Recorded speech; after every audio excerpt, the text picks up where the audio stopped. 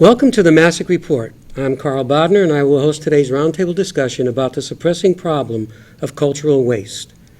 The oppressing problem and volume of waste in all forms confronts us with obtuse environmental and economic problems. Let's meet three well-informed guests who will share in our discussion today. Our panelists are Junior Samantha Goldfarb, Junior Sabrina Romansky, and Mr. Jeffrey Seymour, a member of our History Social Science Department. I want to thank each of you for joining our show. It seems almost overwhelming that the demands and wants of our culture and our obsessive need for convenience drives us to generate so much waste of food, energy, plastics, garbage, and even mattresses. One has to be concerned and hope that we will soon act more assertively in addressing these matters. I will use 4 questions to prompt our discussion. First, I would like each of you to share your general point of view about the scope, magnitude, and consequences that will fall upon us if we don't reduce our creation of waste in all forms. Well, Samantha, I'm going to pick on you to start.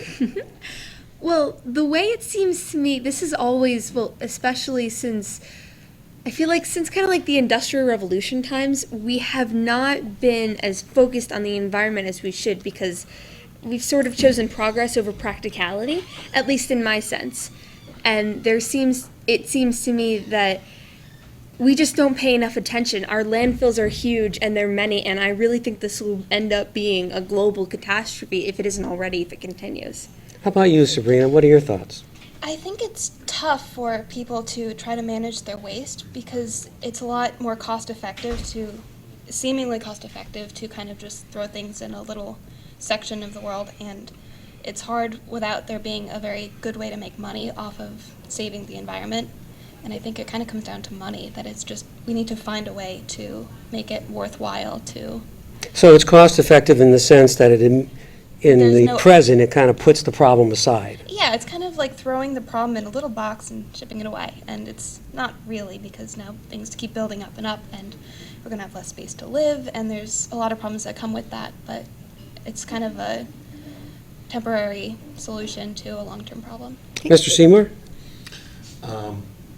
I'm, as usual, I'm a little bit of an optimist. I think that as we move forward, we will recognize waste for the whole problem it is, but I also think that as we move forward,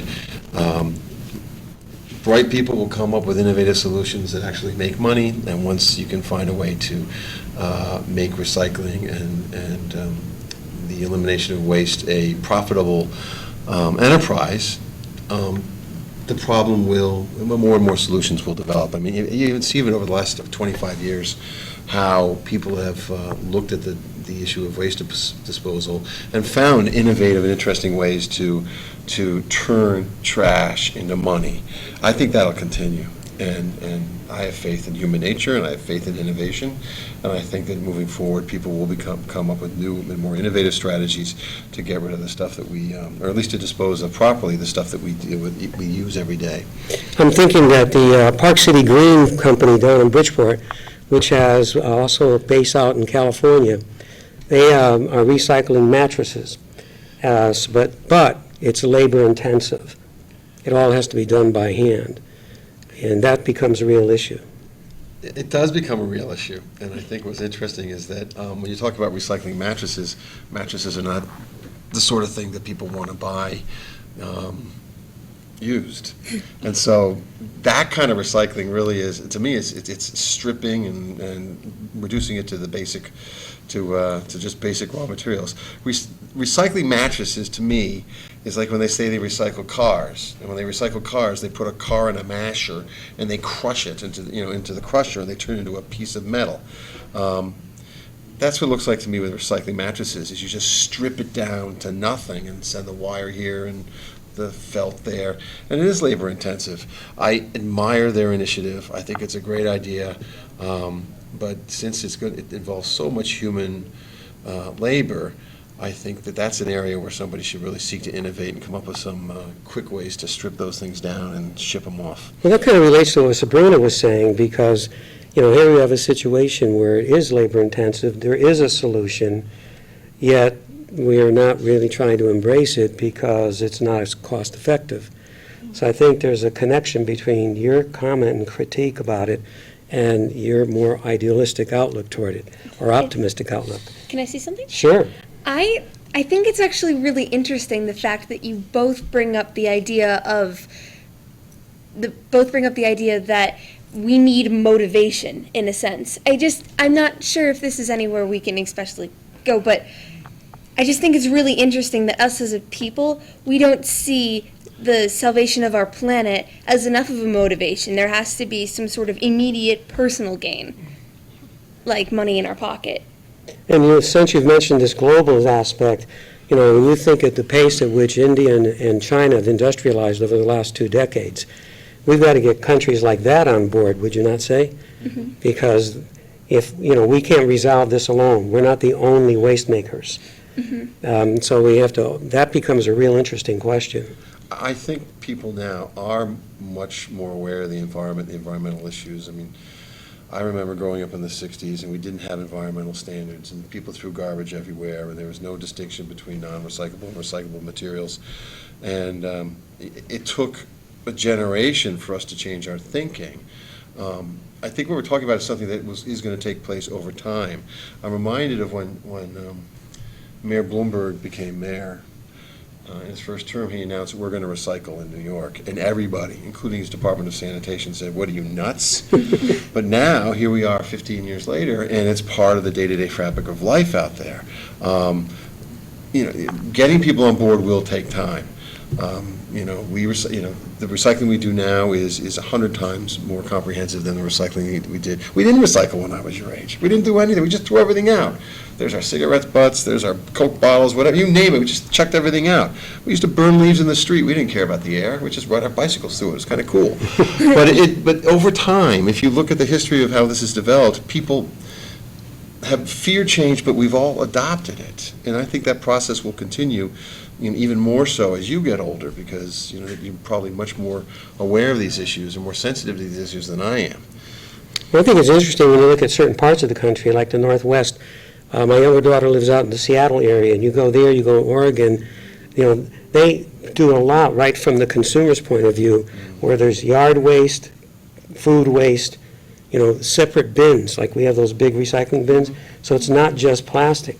And what they do with the food waste and the yard waste is they build community compost. And then in the spring, community people can go and get compost for their gardens and plants and whatever. But it's going to be, I think the important thing that Sam brought out is the globalization of this. But I think we certainly brought some interesting perspectives to the table. Now let me ask you, if you think that in response to the consequential problems of waste, we should have a national policy that would facilitate safer, more efficient waste management. I would suggest this is how we motivated the auto industry to produce more fuel-efficient vehicles. So what do you think, Sabrina? I think that the national government is there pretty much to protect the people and to make the world they live in a better place in as many ways as they can, but it's tough to try to extend laws onto things that aren't an immediate problem to another person's rights or freedoms. And so it might be kind of tough to get certain environmental laws to pass, because there's always going to be people that say, but hey, I'm not hurting anyone by throwing out this maybe recyclable piece of trash. And so there's always going to be people that don't see why it needs to be a law, and it still might be a problem where there's an immediate, I can just kind of get rid of this and solution, and so it'll be hard to pass things, but it might be worthwhile if there's a lasting impact. So does the concept of convenience come in here? Look, I just want to get rid of it, and I want to get rid of it now. Mm-hmm. Yeah, I think that does kind of come up because now there's people that don't really see the problem behind just throwing something out, and they don't see why they should be fined for trying to throw something out. And it's almost another valid point because they don't really see it and they don't know why they should be held accountable, but there's also enough people that feel like it's got to be everyone's on board or we're not going to go anywhere. I completely agree with that, actually. Just yesterday, my mom and I were looking in a just sort of like a mechanical piece, and there were batteries there that had corroded, and my mom threw them away, and I said, is that aren't you not supposed to do that? And she said, oh, everybody does it. It'll be okay this one time, which I think brings up two interesting separate points, being that, one, people don't understand that they're one time. If everybody does something one time that they shouldn't have done in a day, we would have 7 billion mistakes. And if also the fact that if you don't believe that you doing that one thing can make a big enough difference, then because just everybody does it, then I think that's something we really have to focus on. Cheesy as it sounds, getting people to believe that there's actually good in doing this. Mr. Seymour? Look, I think it's generational, it takes time. Young people today are much more cognizant of waste and the problems we have with waste.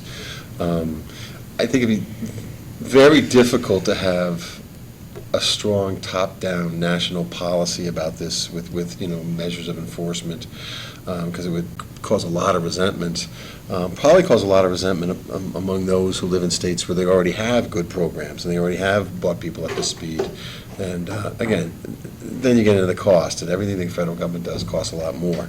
But there could be a way to build in incentives for states and localities to pick up the pace with what they're doing without having the federal government assume control of this aspect of our life.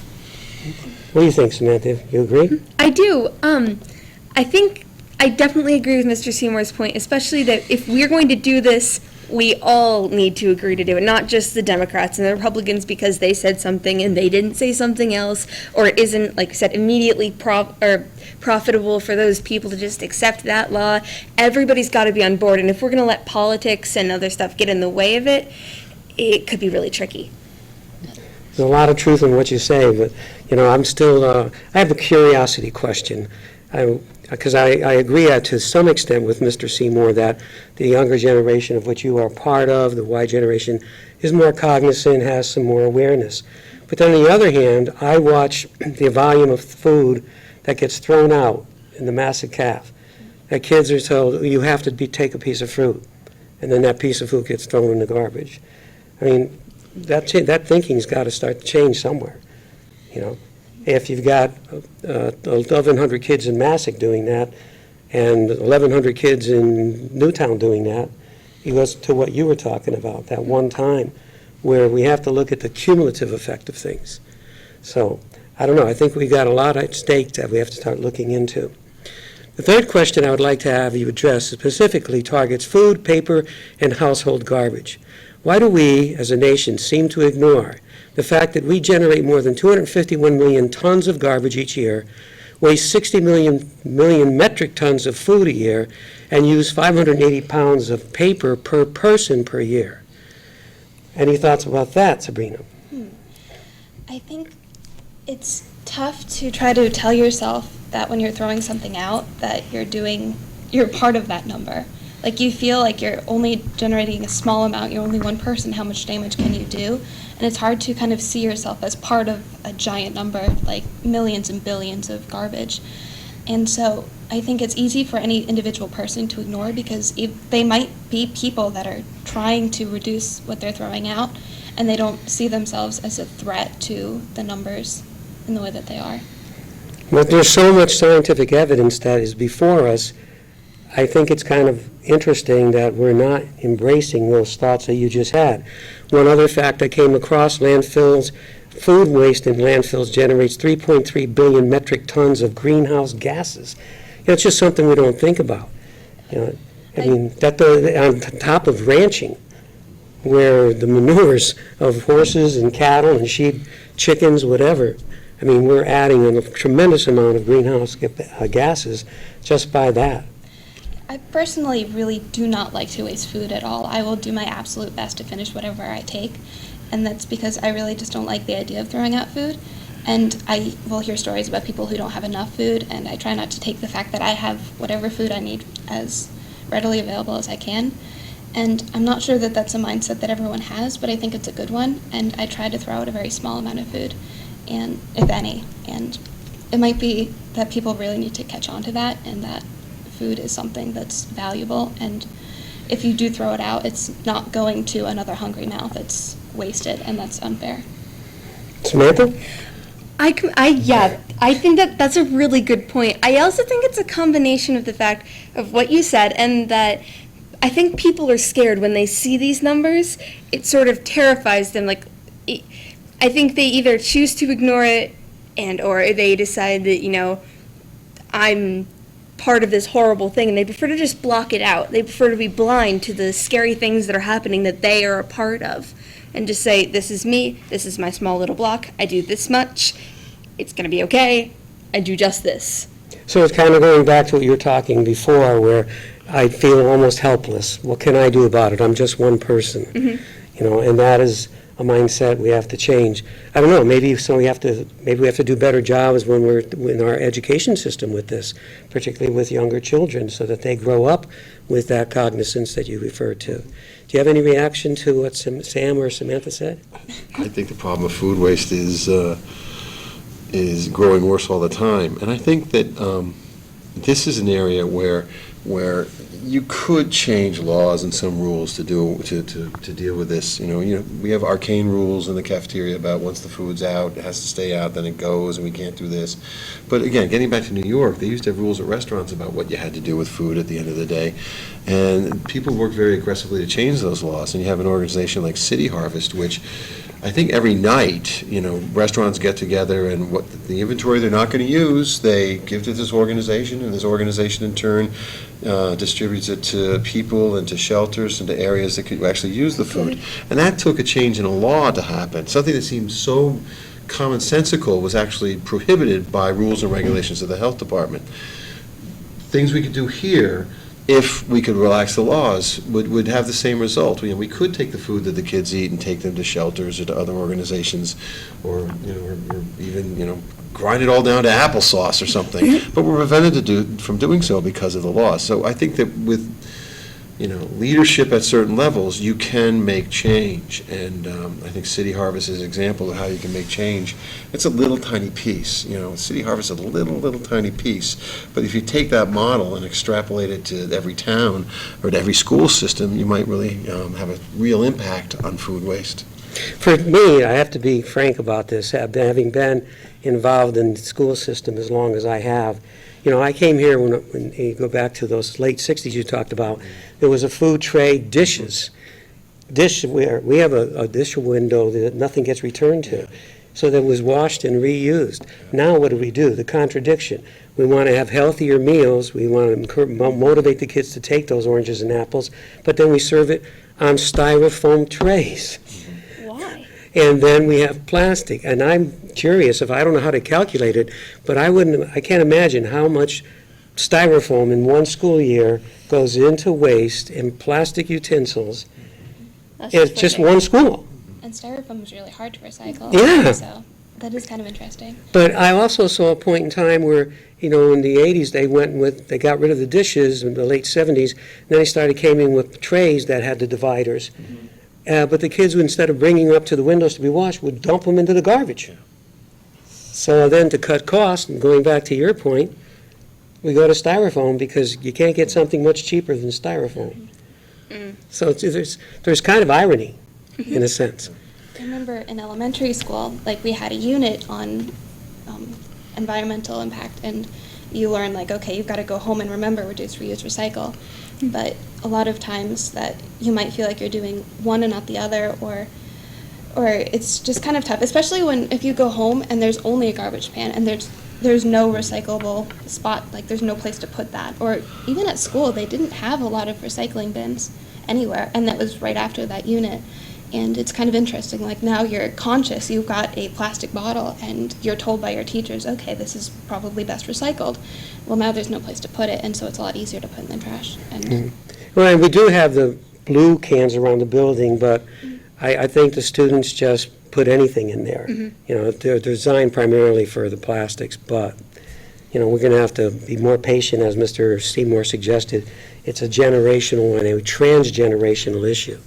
My last question of concern is directed to the fact that we only recycle 33% of the waste we generate, and have not actively confronted the volume of waste we create with discarded electronic goods, such as computers, computer monitors, and cell phones. I found one piece of statistic that tells us 150 million phones are replaced each year, creating a stockpile of 500 million wireless phones. I mean, that seems to be, as we seek out more and more of these electronic conveniences to be so fulfilling to our lives, boy, I wonder if people are even thinking about that, because there are literally mounds of these things. So what do you think? Is there hope about things changing, or is, again, a matter of convenience overrules practicality? I think that if we can get our act together in a short enough time, like Mr. Seymour was saying, if we manage to evolve fast enough, I think we will get ahead of this. But we add new waste, like you said, with the cell phones to this every day. We add new types, we add new amounts, more people are born every day, the population keeps going up. If our mindset can keep up with this, I believe we can get ahead with it. But it's going to take major change in our thoughts and our laws and et cetera. Again, I can't help but think a little more broad on the global scale. And you look at a country like China, you think we're throwing out a lot of cell phones. I mean, we got 1.5 billion people there, and they jumped into cell phone usage and reduced regular phone usages to next to nothing. So what do you think, Mr. Seymour? You always have an interesting perspective. Well, I keep coming back to the idea of convenience. We recycle more now because it's been made easier for us. Now they pick it up on the curb, they give you the big bins, you put there's one thing in here, and the easier it becomes, the more we're going to recycle. So you talk about something like these cell phones. I keep reading about how there's valuable metals in these cell phones. So clearly there's got to be somebody who wants them. And I think the solution for a lot of this stuff is to make it more convenient. We have cell phones all over our house, but we haven't really turned them in. If there was a way, clear directions and a clear way to recycle everything, I think people over time would do it. We've gone from recycling nothing to now, in our family, we do more recycling than anything else. Again, because they keep making it convenient. They give us the different bins. We have pretty clear instructions. The instructions are simpler now. Remember, the original days, you got paper here, you got newspaper here, you got junk mail here, you got this here, this here, this here. Now it's just all dumping in one thing, because the waste, the sanitation people have set up their own way of handling it. Again, providing more jobs, not the world's greatest jobs, but providing more jobs. But it comes down to convenience. If we can find a way to make this easy for the average person on the street, it will happen. Because a lot of people are lazy. They don't want to go out of their way to do anything that doesn't affect them, they don't perceive affects them directly. But this does affect everybody. So we should look at solutions to make it easier, and people will follow the solutions. Sabrina, what are your thoughts about this? I couldn't help that the word lazy resonates in my thinking, and it caused me to reflect on some of the things you said earlier. You think that's true, that there's a huge population of us that are just lazy and convenience is the answer? I think that there are a lot of people that do see that, like, okay, I have this phone, but there's a new one, and I can't really, why should I bother trying to find a place to stick this old phone? And they'll either build up at home, or you try to throw them out, or, I think, and another annoying thing with technology is that they just keep coming out with more and more new advanced technologies, and that people feel like their old ones aren't going to do them much good, and that the technology will break down after every year or two, and that it just keeps it's less and less effective, and you can't reuse things. And it would be a lot nicer if the places that are making phones would kind of make them more durable so that people could hold on to them a little bit longer. And that's something I see when I've only had a few phones in my lifetime, but once they kind of get to the end of about 2 years, they'll slow down and they're less effective, and that people kind of feel like they need the new thing, and it's kind of annoying that you can't hold on to a phone for. I heard a news report Wednesday that Wednesday was the eighth year anniversary of the introduction of iPhones. And I'm always impressed about the fact that when the new one comes out, little people will camp on the sidewalk and to wait and get there because they want to have it first. And it's crazy. It's parallel the phenomena of Nike capitalizing off of Michael Jordan in the shoe market. What kid didn't want to have Air Jordans? But so many of those people have good enough shoes on their own. They have good enough phones. You don't need a new phone every year, or you shouldn't.